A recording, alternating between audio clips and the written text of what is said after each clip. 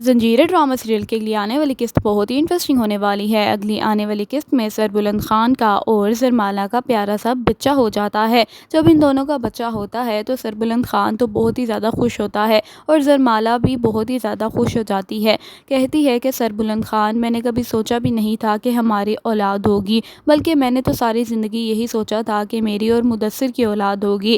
جس کے جواب میں سربلند کہتا ہے کہ دیکھو ربیہ، اب آپ میری بیوی بن گئی ہو، اب مجھے اچھا نہیں لگتا کہ آپ مدثر کی باتیں کرتی ہو۔ میں جانتا ہوں کہ آپ مدثر سے بہت ہی زیادہ محبت کرتی تھی، جس طرح میں بانو سے پیار کرتا تھا اسی طرح آپ مدثر سے پیار کرتی تھی، لیکن ایک بات یاد رکھیے گا کہ مدثر اس دنیا میں نہیں ہے اور مجھے بالکل بھی اچھا نہیں لگتا کہ جب آپ اس کا نام لیتی ہیں۔ میں جانتا ہوں وہ میرا دوست تھا، لیکن میں آپ سے بہت محبت کرتا ہوں۔ میں امید کرتا ہوں کہ آپ کو کبھی بھی مدثر کی کمی محسوس نہیں ہوئی ہوگی جب سے آپ میرے نکاح میں آئی ہیں۔ تو اسی طرح ربیہ بھی مسکرانے لگ جاتی ہے، کہتی ہے کہ سربلند خان، یہ بات آپ نے بالکل ٹھیک کی ہے۔ آپ نے مجھے پناہ دی تھی، آپ ہی تھے جو میرا واحد سہارا بنے تھے۔ اس دنیا میں مجھے کوئی بھی نظر نہیں آتا تھا، تب آپ نے مجھے اپنایا تھا، اپنی حویلی میں لے کے گئے تھے۔ اس حویلی میں کوئی بھی مجھے رکھنے کے لیے تیار نہیں تھا، لیکن آپ نے میرا ہاتھ تھاما تھا اور آج تک آپ نے وہ بات نبھائی ہے۔ آپ نے مجھے تنہا نہیں چھوڑا۔ جس کے جواب میں سربلند خان کہتا ہے کہ آپ کو یہ لگتا ہے کہ میں نے آپ پہ احسان کیا اور مجھے یہ لگتا ہے کہ آپ نے مجھ پہ احسان کیا۔ ربیہ تو مسکرا کے پوچھتی ہے کہ آپ یہ کیا بات کر رہے ہیں؟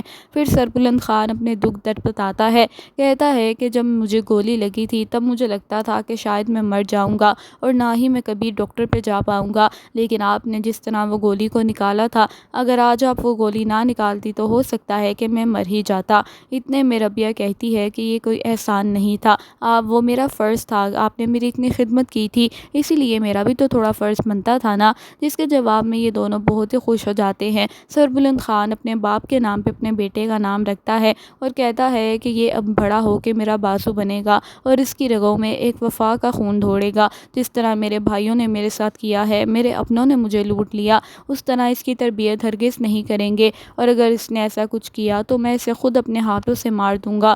ربیہ بھی کہتی ہے کہ میں بھی اس کی بہت اچھے سے تربیت کروں گی تاکہ یہ بڑا ہو کے اپنے بھائیوں کا دشمن نہیں بلکہ اپنے بھائیوں کا دوست بنے گا۔ سربلند اور ربیہ دونوں آپس میں بات کرتے ہیں، کہتے ہیں کہ ہم دونوں نے تو یہ سوچا ہوا تھا کہ ہم تو یہ نکاح ختم کر دیں گے نا، لیکن دیکھو آج ہمارا پیارا سا بیٹا ہو گیا ہے۔ اتنے میں یہ دونوں مسکراتے ہیں اور ایک دوسرے کو گلے سے لگاتے ہیں اور وعدہ کرتے ہیں کہ کبھی بھی ایک دوسرے کو نہیں چھوڑیں گے، کیونکہ سربلند خان کو بہت ہی زیادہ محبت ہو گئی تھی ربیہ سے۔ اس بات کا وہ اعتراف بھی کر چکا ہے۔ کہتا ہے کہ ربیہ، آپ کو پتہ ہے کہ مجھے آپ سے بہت ہی زیادہ پیار ہو گیا تھا، لیکن مجھے حیرانگی یہ تھی کہ اس سچویشن میں کسی سے پیار کیسے ہی ہو سکتا ہے جبکہ میں مشکلات میں گھرا تھا۔ دوستو، اسی طرح اس ڈرامے کی آخری ایپیسوڈ بھی آنے والی ہے۔ ملتی ہوں نیکسٹ ویڈیو میں، اپنا خیال رکھیے گا۔